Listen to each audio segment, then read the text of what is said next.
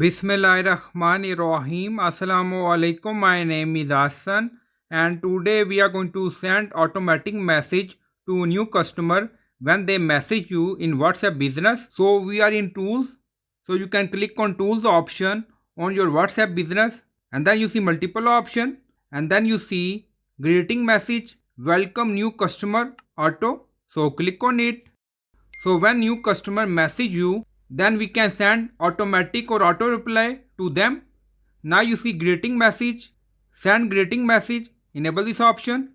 Greet customer when they message you the first time or after 14 days of no activity. And then you see greeting message. So you can edit it. So it's up to you. And then you see recipient send to everyone. So click on it. So you can set setting according to requirement. Now you see who received your greeting message, everyone not in address book, everyone except only sent to. So you can select option according to requirement. Now back. Now on top right you see save option. So click on it. Now you see changes saved. When you receive new message from new customer or after 14 days, so this message will send to customer automatic in WhatsApp Business. So I hope you like this video. Please like, comment, share, subscribe. Thank you for watching.